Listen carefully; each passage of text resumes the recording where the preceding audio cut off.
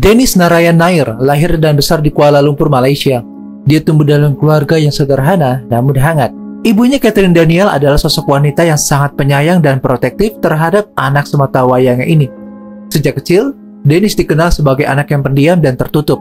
Dia lebih suka berada di rumah, membaca, dan menyendiri ketimbang bermain dengan teman-temannya.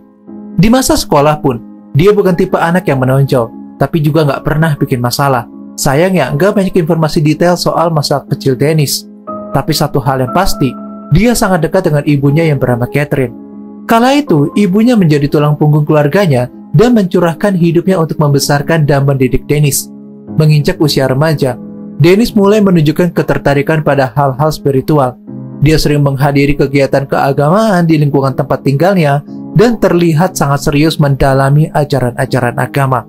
Bagi sebagian orang, mungkin ini hal biasa, tapi buat Dennis, spiritualitas menjadi jalan pelarian dari kenyataan hidup yang berat.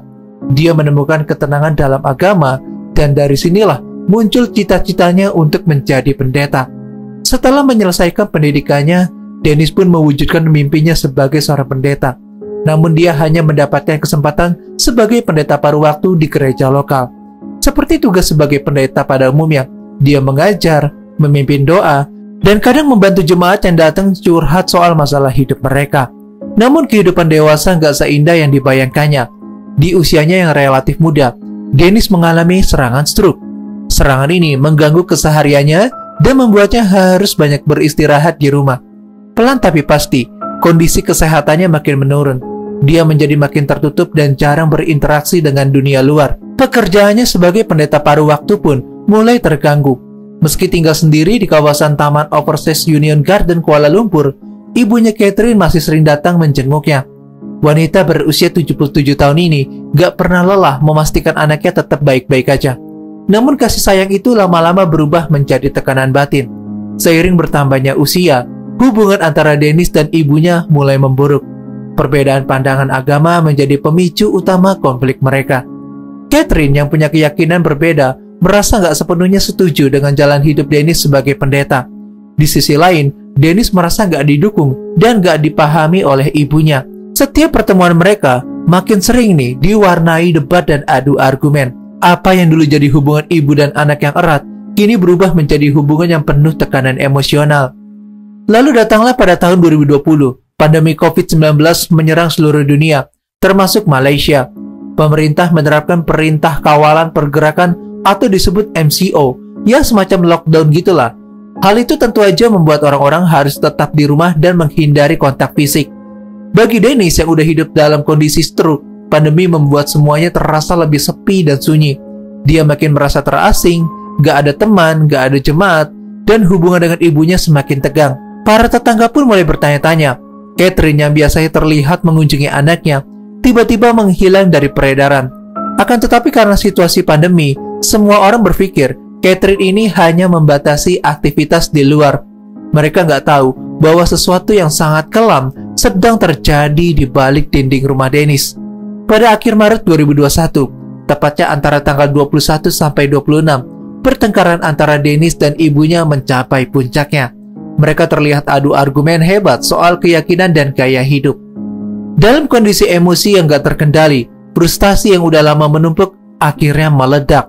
Dennis akhirnya menjotos ibunya, dan jotosan itu menyebabkan Catherine kehilangan nyawanya di tempat.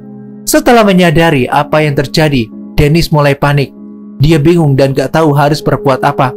Dalam keadaan syok dan ketakutan, dia membungkus tubuh ibunya dengan handuk dan plastik, lalu menyimpannya di dalam freezer yang ada di rumahnya. Hari demi hari berlalu, minggu menjadi bulan, bulan menjadi tahun.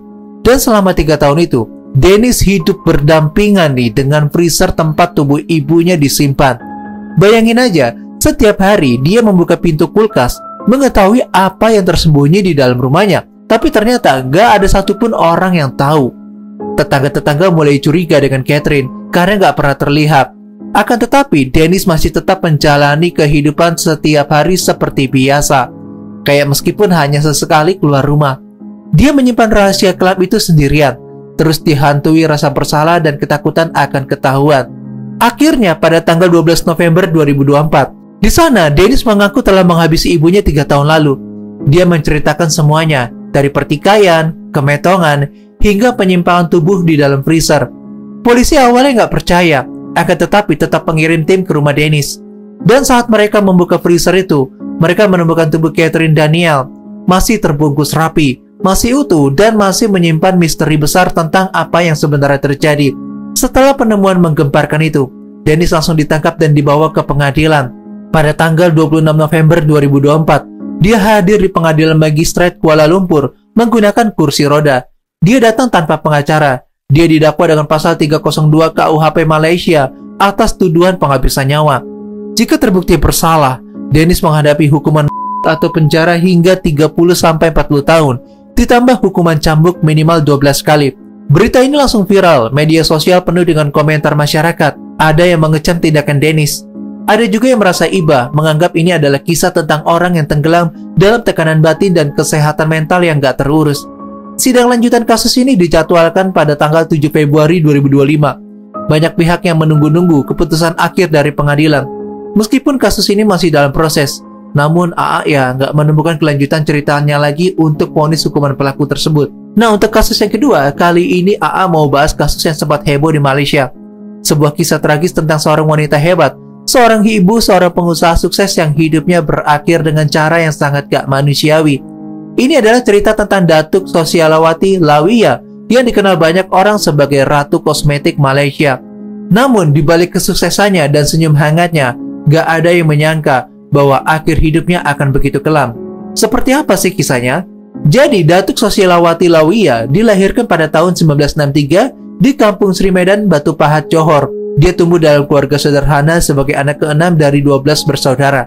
Ayahnya adalah seorang petani yang berjuang untuk mencukupi kebutuhan keluarga. Sementara ibunya sepenuhnya mengabdikan diri untuk mengurus rumah tangga dan membesarkan bocil-bocilnya. Sejak kecil, Sosialawati udah terbiasa dengan kerasnya kehidupan.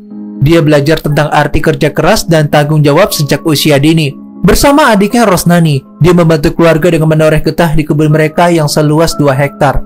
Hasil dari pekerjaan ini digunakan untuk membiayai biaya sekolah dan transportasi, menunjukkan dedikasi Sosialawati ini terhadap pendidikan dan kemandirian. Pendidikan formal Sosialawati terbatas pada tingkat sijil pelajaran Malaysia SPM, setara dengan ijazah sekolah menengah atas. Meskipun gak melanjutkan ke perguruan tinggi, Sosialawati memiliki tekad yang kuat untuk meraih kesuksesan. Pada usianya yang ke-21 tahun, dia memutuskan untuk merantau ke Kuala Lumpur, meninggalkan kampung halamannya dengan harapan menemukan peluang yang lebih baik. Di Kuala Lumpur, Sosialawati bekerja keras untuk bertahan hidup. Dia memulai sebagai pembantu toko di sebuah pasar swalayan selama 18 bulan. Kemudian dia mendapatkan pekerjaan sebagai kerani di sebuah hotel. Kerani itu kayak kepala lah, jadi kayak manajer gitu. Pengalaman-pengalaman ini memberinya wawasan berharga tentang dunia bisnis dan keterampilan dasar yang kemudian akan membantunya dalam karirnya sebagai pengusaha. Kehidupan pribadi Sosialawati juga mengalami pasang surut. Pada tanggal 16 November 2006, dia menikah dengan penyanyi rock terkenal Malaysia Nas. Dari pernikahan ini, ia dikaruniai 5 orang anak. Namun setelah 3 tahun bersama, pernikahan mereka berakhir dengan perceraian pada tanggal 26 Mei 2009 di Mahkamah Rendah Syariah Gombak Timur. Perceraian ini memberikan dampak emosional yang signifikan bagi Sosialawati dan anak-anaknya yang harus beradaptasi dengan kehidupan baru tanpa kehadiran ayah mereka. Sebagai seorang ibu tunggal, Sosialawati menghadapi tantangan yang berat untuk membesarkan ke-6 anaknya. Dia harus menjadi tulang punggung keluarga dan mencari cara untuk memenuhi kebutuhan mereka. Titik balik dalam kehidupan Sosialawati datang setelah perceraiannya. Dia memutuskan untuk memanfaatkan minatnya pada kecantikan dan mulai menjual produk kosmetik dari rumah ke rumah. Dengan gigih, dia membangun jaringan pelanggan dan belajar tentang seluk-beluk industri kecantikan. Pada tahun 1994, Sosialawati mengambil langkah besar dengan mendirikan perusahaan sendiri, Novel Beauty Center SDN atau BHD. Dengan pinjaman bank sebesar Rm200.000, dia memakai bisnisnya fokus pada penjualan produk kecantikan berkualitas tinggi dengan harga terjangkau. Berkat kerja keras, dedikasi, dan visi yang jelas, Novel Beauty Center berkembang pesat. Dalam waktu 10 tahun, perusahaan ini memiliki lebih dari 300 distributor di seluruh Malaysia dan negara-negara tetangga seperti Brunei, Singapura, dan Thailand. Sosialawati berhasil membangun merek yang dikenal dan dipercaya oleh konsumen. Dia menjadi salah satu pengusaha kosmetik paling sukses di Malaysia, menginspirasi banyak wanita untuk mengejar impian mereka. Pada tahun 2008, Sosilawati bertemu dengan N. Padmanabhan, seorang pengacara yang kemudian menjadi otak di balik penghabisan nyawanya. Pertemuan ini terjadi di Hotel Pan Pacific Sepang dan diatur oleh seorang kenalan bisnis. Pada saat itu, Sosilawati sedang mencari pengacara yang kompeten untuk membantunya dalam berbagai urusan bisnis, terutama terkait transaksi tanah dan masalah hukum lainnya. Padmanabhan sebagai seorang pengacara yang memiliki reputasi yang baik, dianggap sebagai orang yang tepat untuk membantu Sosilawati. Setelah pertemuan pertama, Sosilawati dan Padmanabhan menjalin hubungan profesional. Padmanabhan mewakili Sosilawati dalam beberapa transaksi hukum, termasuk transaksi tanah yang melibatkan jumlah uang yang besar. Kepercayaan Sosilawati pada Padmanabhan semakin besar seiring berjalannya waktu, dan dia mengandalkannya untuk mengelola berbagai aspek bisnisnya. Namun seiring waktu berjalan, muncul tanda-tanda masalah. Padmanabhan juga mewakili pihak lain dalam transaksi tanah yang sama, yaitu seorang anggota Dewan Undangan Negeri, Datuk Abdul Rahman Palil. Hal ini menciptakan konflik kepentingan yang berpotensi merugikan posisi Sosilawati. Ketegangan mulai muncul ketika Sosilawati merasa gak nyaman dengan cara Padmanabhan menangani urusan tersebut. Dia mulai mempertanyakan integritas dan niat baik pengacaranya. Pada tahun 2010, Sosilawati berencana untuk menjual tanah seluas 4 hektar miliknya di Bukit Jambul, Pulau Pinang dengan harga Rp12 juta. Dan Sosilawati ingin memastikan bahwa semuanya berjalan lancar. Dia menghubungi Padmanabhan untuk membahas masalah ini dan mempercepat proses pembayaran 2 cek senilai Rp3 juta yang telah dikeluarkan oleh firma hukum Padmanabhan. Pada tanggal 30 Agustus 2010, Sosilawati memutuskan untuk bertemu dengan Padmanabhan di Banting Selangor, Malaysia. Dia pergi bersama 3 orang kepercayaannya, pegawai bank Norisim Mohammed, pengacara Ahmad Kamil Abdul Karim, dan sopirnya Kamarudin Samsudin. Mereka berharap untuk menyelesaikan masalah pembayarannya dan memastikan bahwa transaksi tanah berjalan sesuai rencana. Namun pertemuan ini adalah jebakan maut. Padmanabhan telah merencanakan untuk menghabisi Sosilawati dan ketiga rekannya. Dia merasa tertekan dengan tuntutan Sosilawati dan takut bahwa dia akan kehilangan uang dan reputasinya jika transaksi tersebut gagal.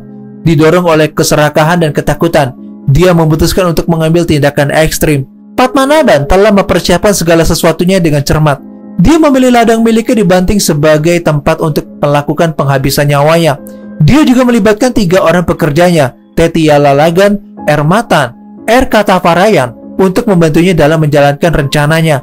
Setelah Sosilawati dan ketiga rekannya tiba di ladang, mereka disergap oleh Padmanabhan dan ketiga pekerjanya.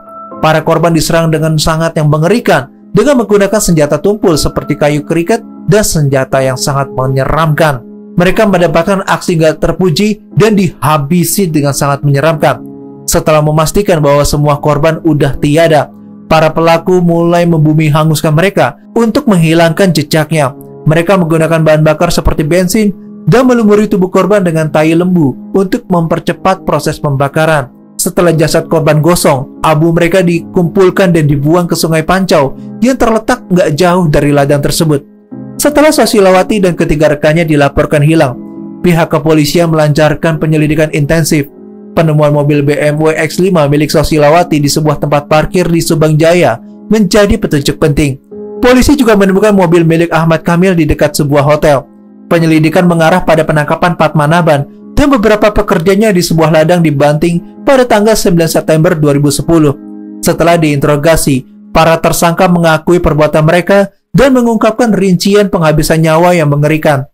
Pada tanggal 12 September 2010, pihak kepolisian secara resmi mengumumkan bahwa Sosilawati dan ketiga rekannya telah dihabisi dan tubuh mereka dibumi hanguskan. Penemuan ini mengejutkan seluruh Malaysia dan memicu kemarahan publik.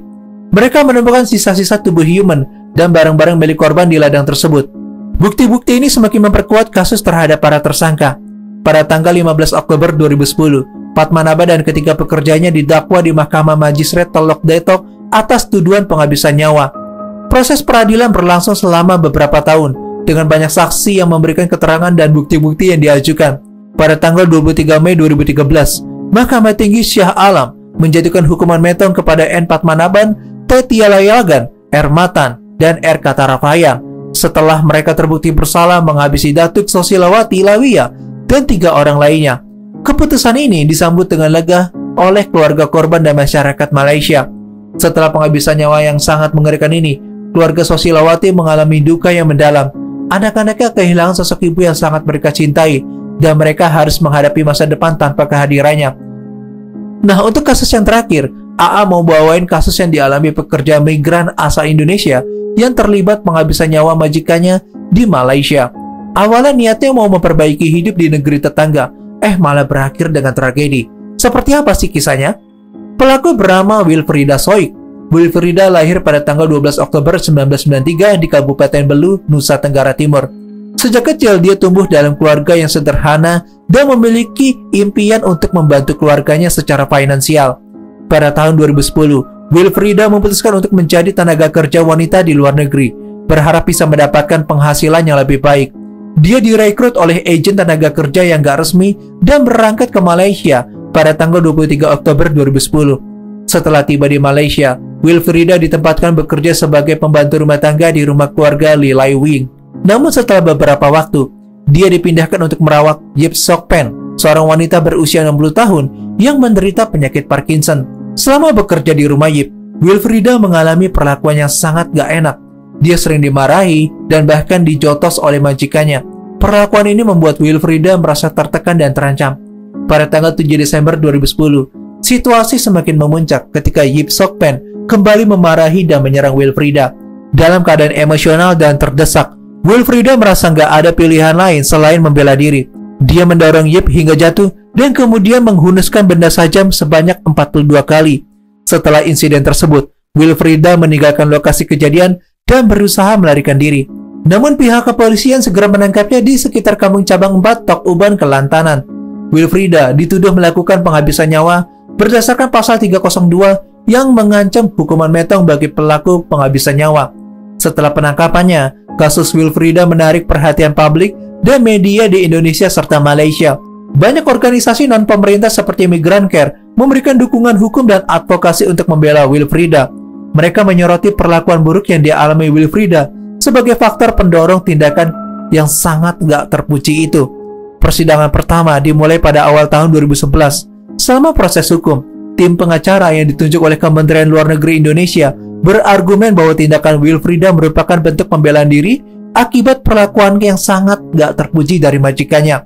Mereka juga menunjukkan bahwa Wilfrida masih di bawah umur saat kejadian terjadi.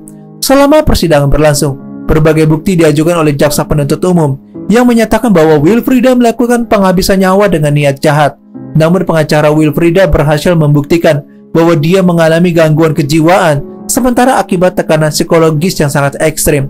Pada tanggal 29 Desember 2013, Majelis Hakim Pengadilan Tinggi Kota Baru memutuskan untuk melakukan evaluasi psikologi terhadap Wilfrida selama 10 hari di Rumah Sakit Permai Johor. Hasil evaluasi menunjukkan bahwa kondisi kejiwaan Wilfrida terganggu akibat tekanan yang dialaminya selama bekerja sebagai TKW. Setelah melalui proses hukum yang panjang dan melelahkan, pada tanggal 7 April 2014, Mahkamah Tinggi Kota Baru memutuskan bahwa Wilfrida nggak bersalah atas tuduhan penghabisan nyawa berencana. Hakim menyatakan bahwa tindakan tersebut dilakukan dalam keadaan terpaksa dan sebagai bentuk pembelaan diri. Selain itu, hakim mempertimbangkan usia Wilfrida yang belum genap 18 tahun saat kejadian itu terjadi.